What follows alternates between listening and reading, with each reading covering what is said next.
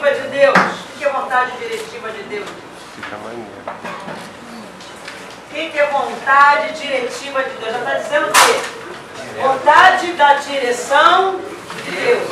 Ou seja, é Deus quem dá a direção.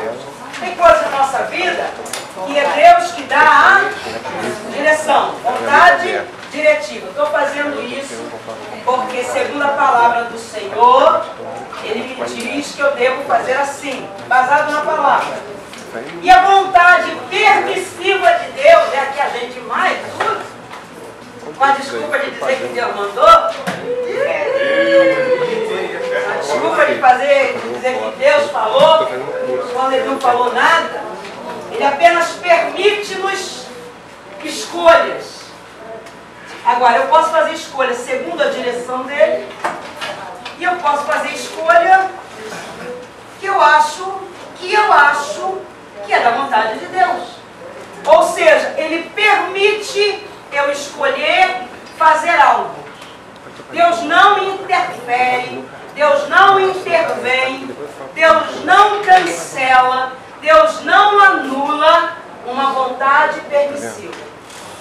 Por quê? Por exemplo, João falou que o Senhor permitiu ele casar com Maria. Tem muitos casamentos e é vontade permissiva e não vontade diretiva.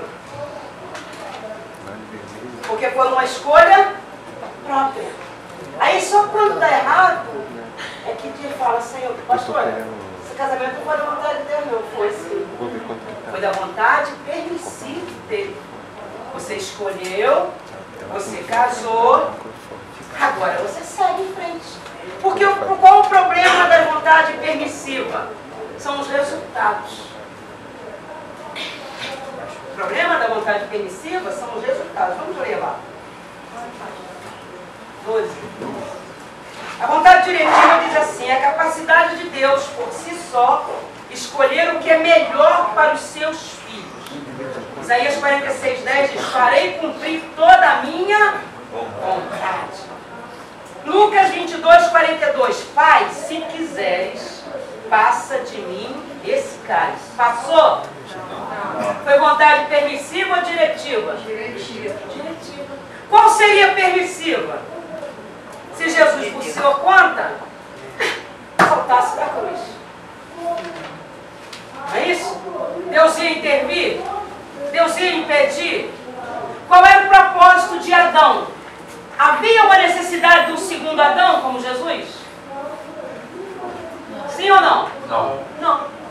Desde que Adão continuasse na vontade diretiva de Deus. Mas ele teve uma vontade permissiva. E a permissiva o tirou do propósito.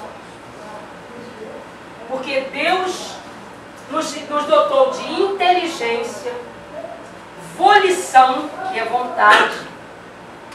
E para isso tudo está em nós, nos dando capacidade de fazer escolhas certas ou erradas.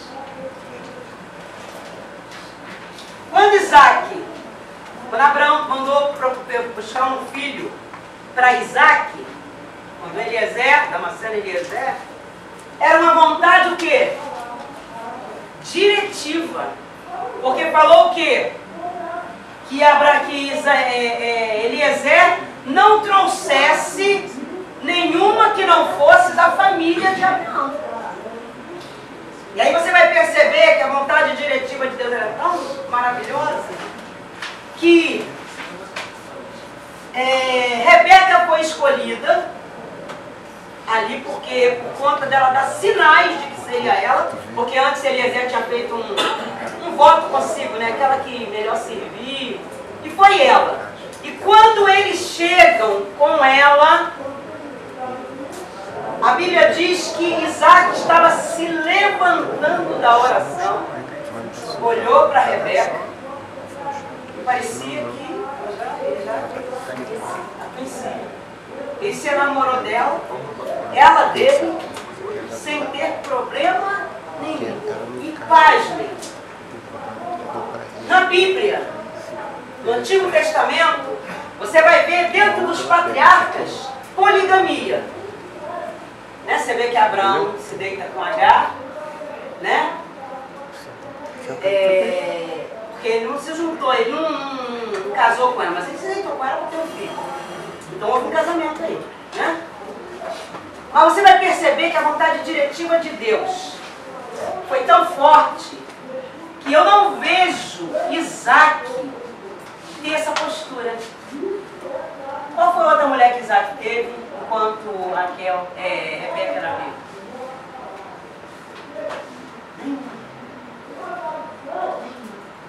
Foi o único que não praticou poligamia. Porque a vontade diretiva de Deus atuou. Então pode ter as duas vontades no mesmo caso, na mesma situação? Como assim? Por exemplo, eu com a vontade permissiva de Deus. Numa situação, aí Deus depois vem com a vontade diretiva dele, naquele mesmo caso? Não sei, irmão. Não. Deus dá uma direção, vem naquela situação? Não. É assim. A vontade permissiva de Deus, Ele vai permitir que você faça. Mas Ele não vai se aproveitar da situação para tentar corrigir uma situação e dizer que é a direção dele. Não. Se você houver uma morte, né, aí sim, pode Entendeu? tornar Agora, por exemplo, o caso dos patriarcas, você está dizendo em relação ao que o pai fez, o filho não fez. Não, pode dar isolado. Situações isoladas. O filho não fez. Vamos dar exemplo dessa situação que a senhora falou do casamento. Sua casa e tal. Vontade dela própria. Certo. Vontade dela, Deus permitiu e tal. Aí depois Deus entra com a vontade diretiva dele para, de repente, dar uma... Com as duas pessoas vivas? Não, é meio ignoração. De repente eu não estou explicando direito. Não, eu acredito. Sem separar, né? Eu acredito assim, que vai se transformar numa vontade diretiva de Deus, é a permissiva não ter dado certo, mas você, sabendo que a vontade de Deus é que permaneça casado, aí continuar. É isso que eu estou querendo falar. Entendeu? Aí é uma diretiva indireta, porque é a vontade de Deus que não haja separação. Aí dorme com esse barulho. Você casa com a pessoa errada, mas tem que ficar até o fim, porque é uma direção de Deus. Casou é até. É isso aí que eu estou querendo dizer. É isso aí. Para consertar o erro, acaba comendo carne e roendo os ossos. Pastor, mesmo porque se separarem por repudiar um ao outro, terão que eles ir até o final sozinhos. Deus considera que haja uma união desde que eles voltem a manter a aliança. Caso contrário, não herdarão o reino do céu.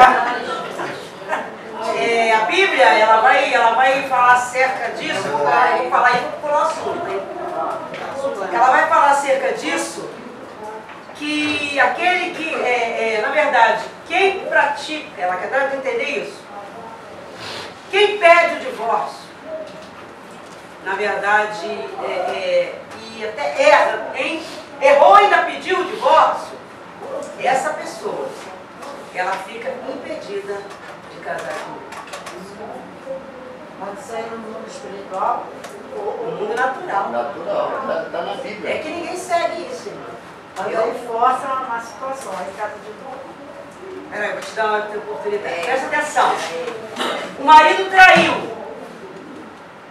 Foi embora. Ainda pediu o divórcio. Porque ele quer casar com a outra. Está totalmente fora do padrão de Deus. Casando ou não, tem pecado mesmo. Aí a mulher que foi abandonada... A mulher pode. A mulher pode. E quem se casar com ela, com esse marido aí, se tornar adúltero. Se tornar adúltero. Quem casa com esse homem que é um traidor, é um adúltero. E não herdarão o reino do céu. Marcos, capítulo 9, versículo 10. Também tem Mateus, capítulo 5, versículo 34, 35 e 36. Mateus, capítulo 5, versículo 32, 33 e 34. Marcos 9, 10.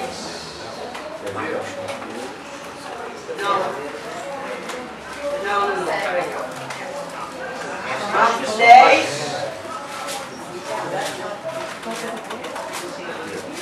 11 e 12. Marcos 10, 11 e 12. Capítulo 5, 31, 32 e 33. Fala dos dois casos.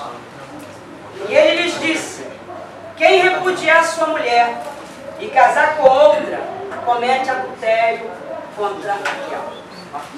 E se ela repudiar seu marido, no caso, se separar e casar com outro, comete adultério. Só que, infelizmente, hoje, Pastor, a gente não vê nada disso.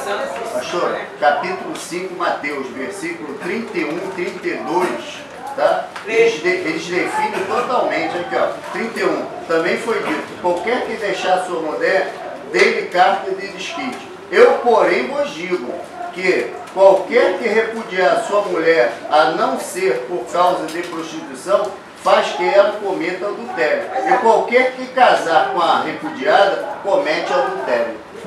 Mateus, o que, meu irmão? Mateus, capítulo 5, versículo 31. Tem um montão de gente pensando que vou trair, vou embora, me divorcio, tá tudo certo. Tá não. Tá não. Tá não. Pastor, então, pior ainda. Falou na terra. Agora, hein, pastor? Muda de assunto. Pula.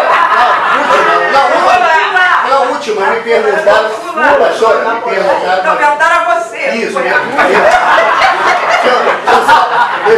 deixa eu só falar, olha só, me perguntaram. Peraí, deixa eu só falar uma coisa aqui. Essa visão que eu tenho, que é a correta, muita gente não tem. Entendeu? Mas que eu continuo com ela biblicamente. Pastor, me perguntaram bem assim, puxa, irmão, mas aqueles, por exemplo, eu não sabia disso, eu vou pensar, você não sabia, agora está sabendo. Então o que acontece? A partir do princípio que todo aquele que não sabe, ao encontro com o Espírito Santo, lê a Bíblia, e esse coloca, atualizando tudo que Deus, o querer de Deus aqui, o que ele faz? Ele reconhece o seu pecado, o acusador não tem como mais acusar, Deus vai ver a maneira, tá, de salvar aquela pessoa. Por quê? Porque ele não dará o falso testemunho. Toda pessoa que passar por problemas no casamento, o que vai acontecer? Puxa, fulano, estou com problema. Ele vai falar bem assim, olha, não faço o que eu fiz porque eu não tinha conhecimento da palavra. Deus não permite isso. Ela, a partir daí, ela está ganhando pontos perante o mestre pela sabedoria do encontro do Espírito. Então ela tem chances de salvação. Porque, o seguinte, aquele que der falso testemunho, continuar a seguir o que o Satanás quer, esse sim, não entrarão no reino do céu, não herdarão. Melhor dizendo, a palavra está aqui, não sou eu que estou falando, não, foi o mestre. Amém. Olha, senhora, esse assunto não. Vontade permissiva de Deus. Não, eu não gosto de assumir esse assunto. É muito polêmico. E aí, assim, eu sou muito contundente na palavra. É tá ali, acabou, entendeu? Aí não adianta vir com argumentos extra-teológicos que não me convencem. Ah, porque existe uma igreja e aí precisa, larga a igreja, não tem exemplo nenhum. Pastor, E é? tem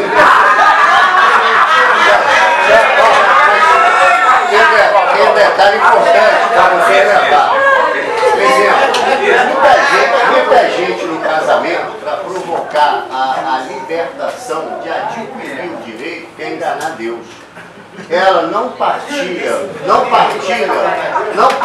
o ato sexual, aonde que vai fazer com que a outra pessoa caia. Deus lá de cima, ele olha o quê? A intenção. A partir da intenção, ele não valida um novo casamento dessa pessoa. Muita gente pode pensar bem assim, ah não, esse meu marido eu vou deixar ele congelado um tempão, que ele vai cair. Ele até cai, mas Deus lá de cima está olhando assim, falando assim, não validei não. Você pecou mais uma vez. E a Bíblia fala para nenhum defraudar um ao outro, né? E não defraudar é justamente. Cuidado, hein, irmão. Para aí, vamos lá. Vamos para a aula. Para aí.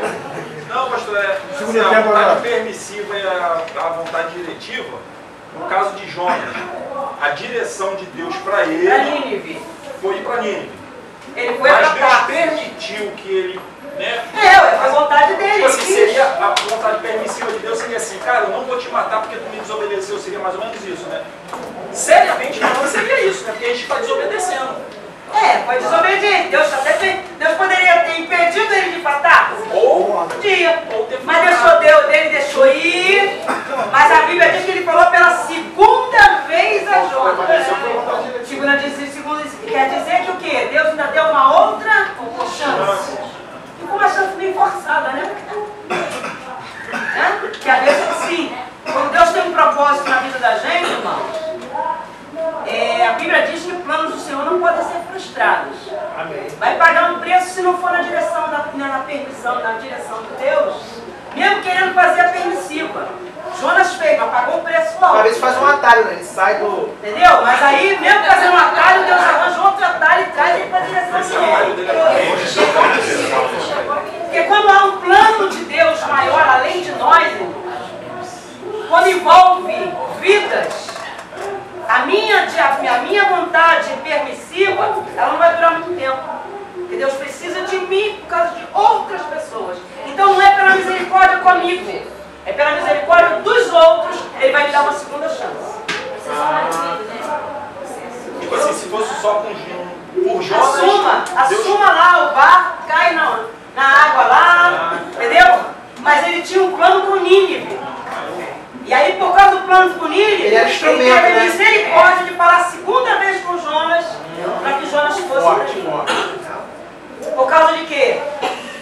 Jonas valia, mas tinha uma multidão valendo muito mais. Que Jonas não estava valorizando, entendeu? Embora tivesse até razão, conforme nós também estaríamos nessa situação, teria até razão também. Porque o que ele passou, ele não queria realmente. Quem vai ver se ele quer que um matador da sua família se converta? Aí Deus vai fazer você ir lá naquele presídio para poder convencer ele. E aí? Entendeu? Bom, chega. Não aqui. Senão não sai daqui.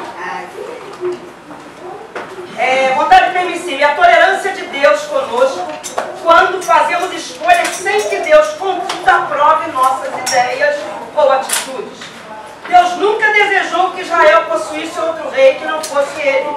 Porém, Israel insistiu e Deus permitiu que Saul fosse ungido rei sobre a nação. Lembra disso? Saul é o rei segundo o coração do homem. Mas na verdade Deus é que queria ser o rei deles. Porque ele falava através de Samuel, era uma direção teocêntrica. Então Samuel, usado por Deus, dirigia aquilo ali, mas depois rejeitaram Samuel, não rejeitaram Samuel, rejeitaram o próprio Deus. Deus permitiu? Permitiu. Deixa unge lá Saul para eles. Deus nunca desejou que aproximadamente 2 milhões de pessoas deixassem de entrar na terra da promessa e andassem em círculo por 40 anos, até que morressem no deserto. Mas em Números 14, 28, ele diz ao povo: assim como falaste aos meus ouvidos, farei a vós. Porque eles disseram o quê? Abre a tua Bíblia aí. Números 14, 28. Olha para o poder da língua. Amém? Pode ver. Diz-lhes: assim eu vivo, diz o Senhor, que, como falaste aos meus ouvidos, assim farei a vós outros. Lê o versículo anterior. Até quando sofrerei esta má congregação, que murmura contra mim? Tenho ouvido as murmurações dos filhos de Israel, com quem murmuram contra mim. Vê na anterior dessa daí, vê se eles estão falando. Versículo? Fala depois falou o Senhor a Moisés e a Arão, dizendo. Porque tem uma declaração que eles falam, recaia sobre nós. 27. Leia 27. É uma murmuração.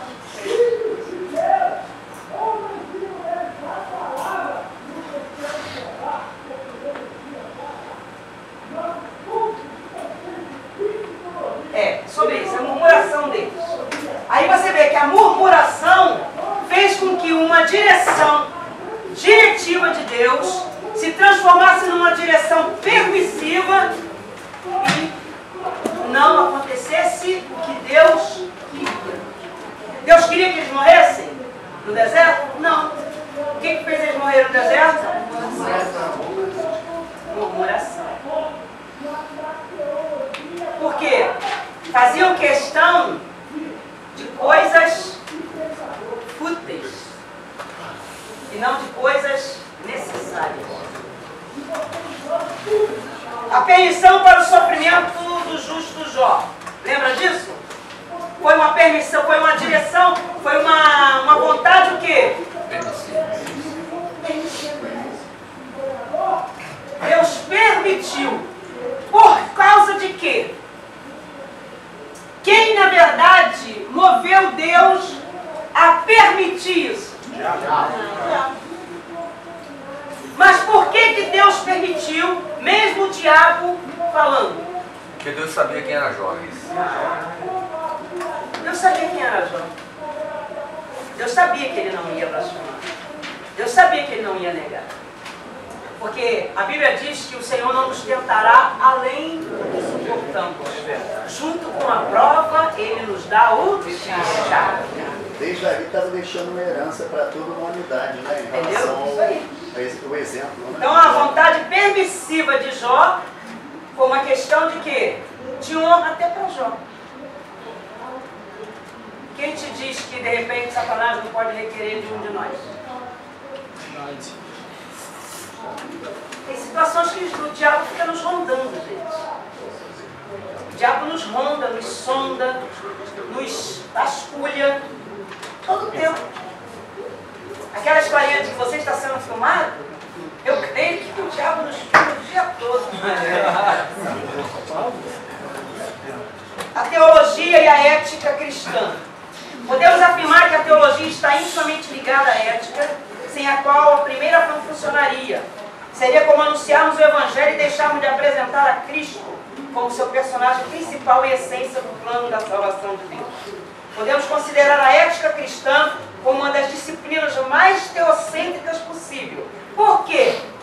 Porque essa ética cristã é baseada em quê? O texto. Qual texto? Na Bíblia. Então, ela é totalmente teocêntrica. Não tem como a gente fugir disso. Essa ética cristã é baseada onde? Na palavra. Então é a própria palavra que é a ética da vida da gente. Cremos em um único Deus, Criador de todas as coisas, santo e justo, que por isso deve ser reconhecido como tal e a sua vontade deve ser respeitada e obedecida.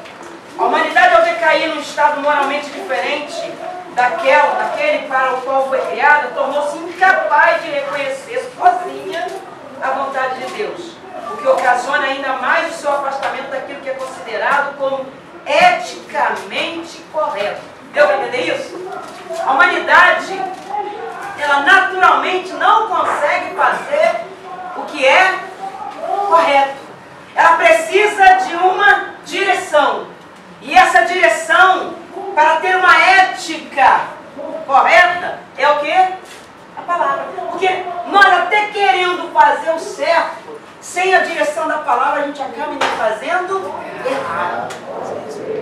Por quê? Porque nós somos, na verdade, fruto disso, do erro. Fruto do pecado. Em nós não habita bem algum. Agora a Bíblia, quando ela nos direciona, eticamente, a gente começa a fazer a coisa certa por conta da palavra. Quando você vê alguém fazendo tudo corretamente, você logo deduz o quê? Até parece que é crente. Isso aí parece que é crente. Não é? Embora não seja a maioria certa, sim, não é, né?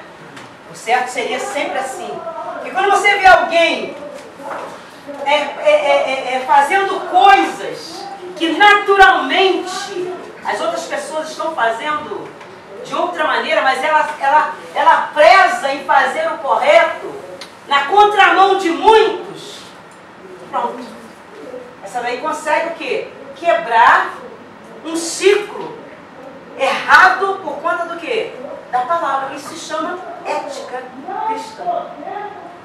A ética, na verdade, é uma escolha nossa de fazermos o que é certo de acordo com a palavra de Deus. É a maneira mais simplória de se definir ética. Quando você pratica a palavra, você é eticamente correto. Você não fere, você não inflige. Quer ver? Eu estava saindo do estacionamento com uma irmã, foi ontem. Aí eu estava falando, falei mesmo, estava falando, o único lugar no estacionamento onde tem guerra, você está no canto e quer passar e não deixa, é na igreja. Todo mundo tem pressa. No mundo, já vi pessoas pararem para você passar. Mas na igreja, tenta sair do estacionamento. É um duelo, né? É um duelo. É um duelo. Aí você começa a ver isso como? Você ouve uma palavra tremenda. Ninguém deixa você passar. Aí ninguém deixa você Ficou na passar. barra, fica no banco. A irmã que está comigo sempre, aquela que dirige, eu sempre falo para ela, deixa eu passar. Deixa aí. Aí ontem eu saí do carro, aí eu falei, a irmã estava vindo assim, ela, oi pastora, quer passar? Eu falei, quero, irmã. Aí a irmã falou assim, eu quero pastorada. Pastorada. E não é assim, né, irmão? É assim? Em qualquer lugar. Em qualquer lugar. Eu tive que sair do carro, falei, pastora, sai aí que a gente passa. Aí eu saí, a irmã, quer passar? Que ela estava vindo. Aí eu quero, irmã. Aí a gente conseguiu passar. Está eticamente certo isso? Não. Você vai em alguns estados aí, isso não é assim, a gente vê, claro, né? Tem ímpio fazendo isso também. Eu estou dizendo que não tínhamos que ter essa postura. Essa postura tinha que ser o contrário para ser modelo. E a gente acaba iluminando as trevas se a gente fizer assim.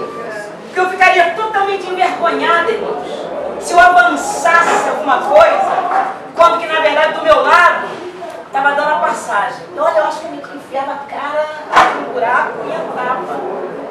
Porque a pior coisa que tem a gente ser envergonhada assim. Um outro está fazendo algo que eu deveria ter feito e não fiz. Entendeu? Então, já aqui os irmãos do estacionamento, já.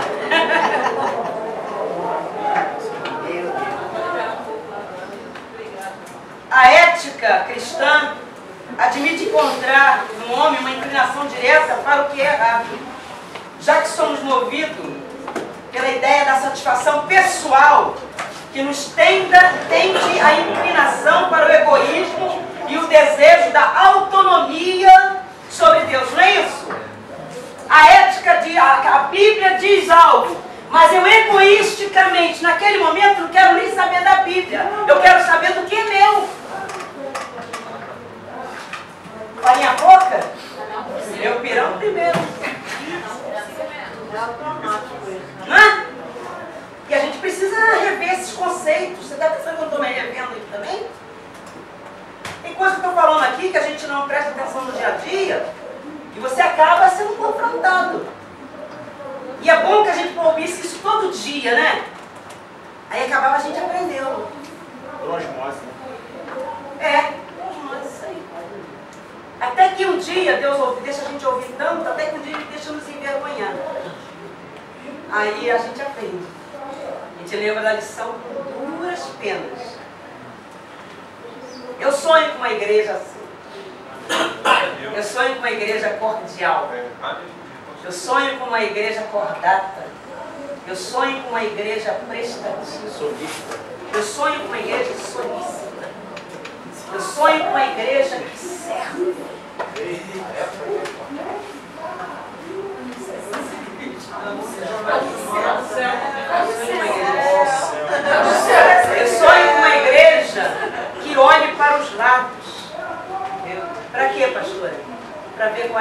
intimidade dos nossos lares. É verdade. Eu sonho com essa irmã. Finalmente, Paulo está olhando assim. Paulo, mas irmão, assim, tem hora que você se sente como uma andorinha. E dizem que a andorinha só não faz verão, mas eu creio que na presença de Deus a gente vai semeando aqui, semeando ali, a gente alcança. Né? Uma igreja que, assim, quando chega na igreja, se preocupa em dar um abraço em alguém. Mas não é daquele que está te dando abraço sempre, não. É daquele que está tão isolado lá no canto. Tão isolado no banco. Tão inconformado com a vida. Tão cabisbaixo. Para receber um abraço teu quando você chegar na igreja. Se você fizer isso, irmão, você já cultuou a Deus. Se quiser, pode até ir embora para casa. Porque você ficar um culto inteiro ouvindo, mas quando vai embora, passa direto. Nem percebe. Pastora, tem pessoas que têm dificuldades até de segurar nas mãos quando não quer. Eu olho para trás, eu sorrio, eu abraço. A gente precisa fazer isso. Também. Parece que tem nojo de dar. Egoísmo também. Às vezes a pessoa está bem, não está nem importando, está tudo bem comigo. Só que um dia pode precisar. Eu penso nisso. Eu procuro ser cordial com todo mundo, eu procuro ser sorridente com todo mundo, eu procuro ser sincero com todo mundo, fazer a medida do possível, do que eu posso, porque eu não sei no dia de amanhã. Eu preciso contar com as pessoas. Hoje eu vejo que isso tem trazido resultado para a minha vida. Assim, eu tenho carro, mas não dirijo. Né? Então, eu também não me atrevo a vir de carro sem carteira. E aí eu vejo como é bom. Eu vejo os irmãos se preocupando comigo. Às vezes eu estou andando no caminho, pô, já estou no corredor, já tem carona. Pastora, tem alguém para te levar? Pastora, tem alguém para te levar? Olha, você fala, Senhor, isso é semeadura, isso é colheita. Porque se eu puder fazer alguma coisa por alguém, eu vou fazer. Pode fazer, não faz. E se eu não puder fazer, eu vou arranjar alguém que faça. Porque é fácil dizer que não posso fazer. Mas não posso. Bom, eu posso não poder fazer, mas eu vou arranjar alguém que possa fazer. A gente precisa mais disso. Essa é a verdadeira ética que vai agradar o coração de Deus. A ética do amor ao próximo. Tinha que ser natural já, né? E eu ainda estou longe, olha, eu me sinto ainda aquém daquilo que Deus quer. Tem hora que eu me cobro muita coisa que eu ainda preciso melhorar. Eu preciso melhorar muito. Tem hora que eu ainda me pego falhando em algumas coisas que são gritantes, alarmantes. Mas o bom que incomoda, entendeu? Eu ainda quero que incomode, porque se está incomodando, é porque o Espírito Santo ainda está atuando. O pior é quando o Espírito Santo não fala mais nada e a gente não estiver se incomodando mais. Agora é hora de você se preocupar quando isso não estiver preocupando você. E é hora de dizer que o Espírito Santo já bateu em retirada. E assim, hoje, pastor, eu acho que tinha que Estou meio revoltada hoje. uma reciclagem até a nível pastoral, porque infelizmente nós não vemos isso mais nos pastores. Essa ética, esse amor, se achegar à ovelha, ao cuidar, não tem mais. Tudo muito corrido, né, irmão? E assim, eu acho que o estrelismo, essas coisas, entrou muito nas igrejas. Mas aí é uma questão, irmã, uma questão de cada um enxergar isso e não vir por essa roda, né? Não. Deu carro, passa com carro de novo, assim, Jesus me deu. Só pra mim. Aí passa, vê se está chovendo, tem uma velhinha, tem um velhinho, aí passa direto no carro que Jesus dá para ele. Pastora, você enxerga da forma que ela mostrou nesse vídeo, torna-se inútil a nossa caminhada para poder suprir a necessidade daquele representante maior perante a igreja e nos torna mais responsáveis para poder ajudar. Porque na verdade o pastor Márcio não pode tomar conta de tudo. Né? Então nós, ovelhas, eu já disse só, gente, nós, ovelhas, precisamos cada um nos conscientizarmos da nossa parte. Né? eu creio que eu estou falando aqui porque nós estamos num seminário. Nós não estamos numa escolinha dominical.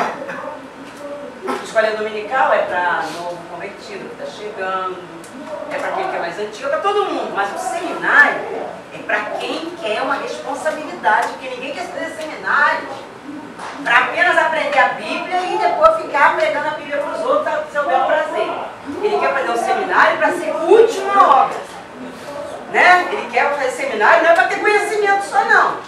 Eu também pensei que era para ter só conhecimento quando eu fiz seminário, e quando eu cheguei no terceiro ano que eu quis desistir, aí a professora falou, já está no terceiro ano, é caminho sem volta, irmã, é líder e acabou.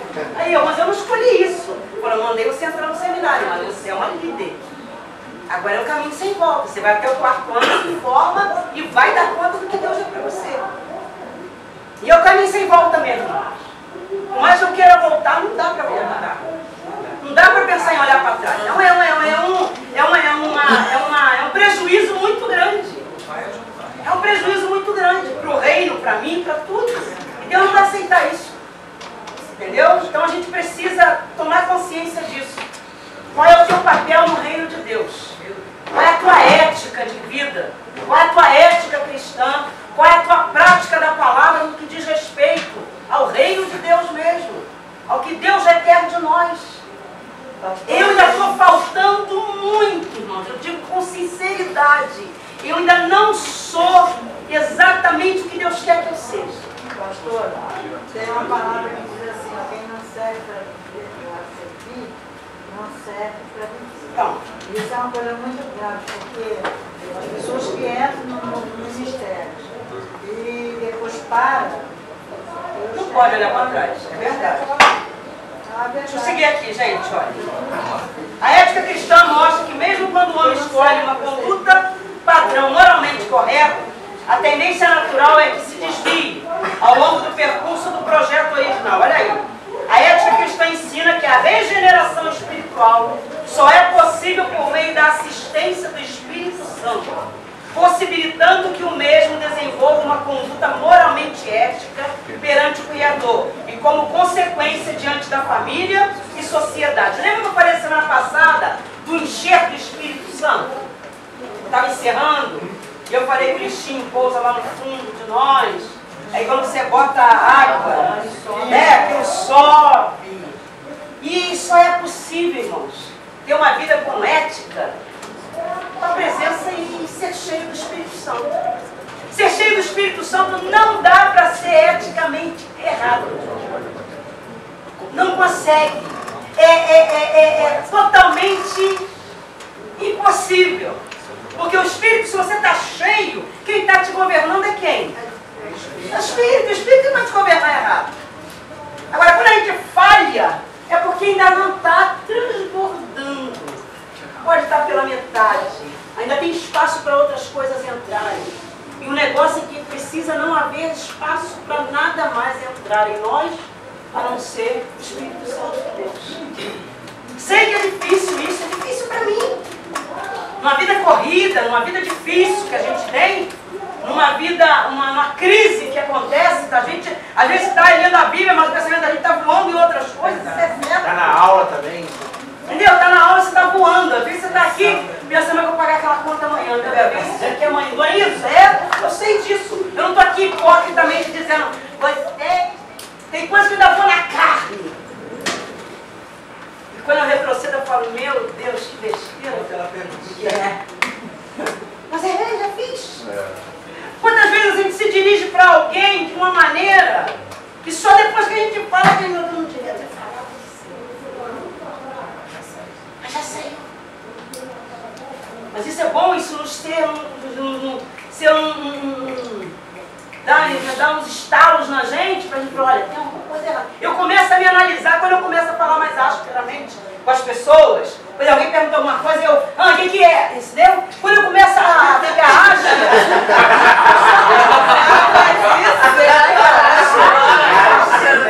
quando eu começo a ficar, por exemplo, é uma semana conturbada, sem muito tempo de orar, de buscar a Deus, de ler a palavra, muito raramente faço isso. Você pode ter certeza que aquela semana eu percebo, falo, Senhor, É bom ninguém para gabinete. Porque você vai ver aqui, tem a parte da ética ministerial que fala sobre isso. A gente vai chegar lá na semana que vem. A ética ministerial fala, você precisa conhecer suas fraquezas do ministério. Você precisa reconhecer quando você não está bem. Porque não é todo mundo, a gente não é porque é pastor, a gente não é anjo. A gente é ser humano. Mas agora eu preciso reconhecer, eu não estou bem hoje. Às vezes eu marco um montão de gabinete e às vezes eu sei que aquele dia eu não estou bem. E eu oro, Senhor, não deixa eu vir não. Eu não estou bem. E é certo, irmão, Deus conhece teu coração. Um montão de gente liga para a secretaria e diz que a pastora Denise hoje não vai dar para eu. Porque Deus conhece, gente. Deus sabe da necessidade do outro, mas sabe também como eu estou. Entendeu? Porque a gente tem as nossas demandas. Quando eu estou dizendo aqui para vocês, eu estou dizendo isso para ser sincera para vocês, porque parece que eu estou aqui na frente, falando algumas coisas, e parece assim que eu estou a supra-suma da situação. E não é isso. Não é isso. Eu dependo da graça de Deus. Muitas das vezes o que cai aqui, o que acontece aqui na sala de aula, irmão, é simplesmente a misericórdia de Deus na minha vida. Glória a Deus. Tem dia que de repente eu não tinha nem condição de vir na aula. Mas a misericórdia de Deus pela minha prontidão de vir me capacita. Por isso, não há mérito nenhum em mim na aula que eu dou. A glória, a honra é toda do Senhor. Amém. Porque eu sei quantas das vezes eu solto coisa que eu falo, Senhor, não dava nem condições de falar aquilo, o Senhor botou na minha boca. O Senhor me capacitou daquela aula. E às vezes as aulas são as melhores aulas que eu dou, muitas das vezes, as aulas que eu não tenho condições de dar. Mas o Senhor reconhece a tua sinceridade. Porque o que Deus quer de nós, irmãos, é sinceridade. Não é eu chegar aqui, deixa comigo. Vamos ver. Não, eu falo, Senhor, eu não estava em condições, mas eu tenho que dar aula. E eu preciso da tua misericórdia. E quando eu oro aqui, eu falo, Senhor, me capacita. Fala primeiro comigo, a começar de mim. Então eu me incluo, porque na verdade eu não sou diferente de vocês. Agora, quando eu falo que é necessário a gente se encher, é necessário a Denise se encher, é necessário os irmãos se encherem, é porque os dias são maus. E a gente não vai suportar na carne o que está por vir por aí. Você está pensando que vai melhorar? Quem acha que vai melhorar? Quem acha que as coisas vão melhorar? Dilma sair, né? Não, irmão. O problema não é Dilma, não, irmão. Olha. O problema não é Dilma, não. Deixa eu falar uma coisa séria aqui. Eu vejo o Brasil como se o cálice estivesse quase já transbordando diante de Deus. Cálice da ira. Porque o que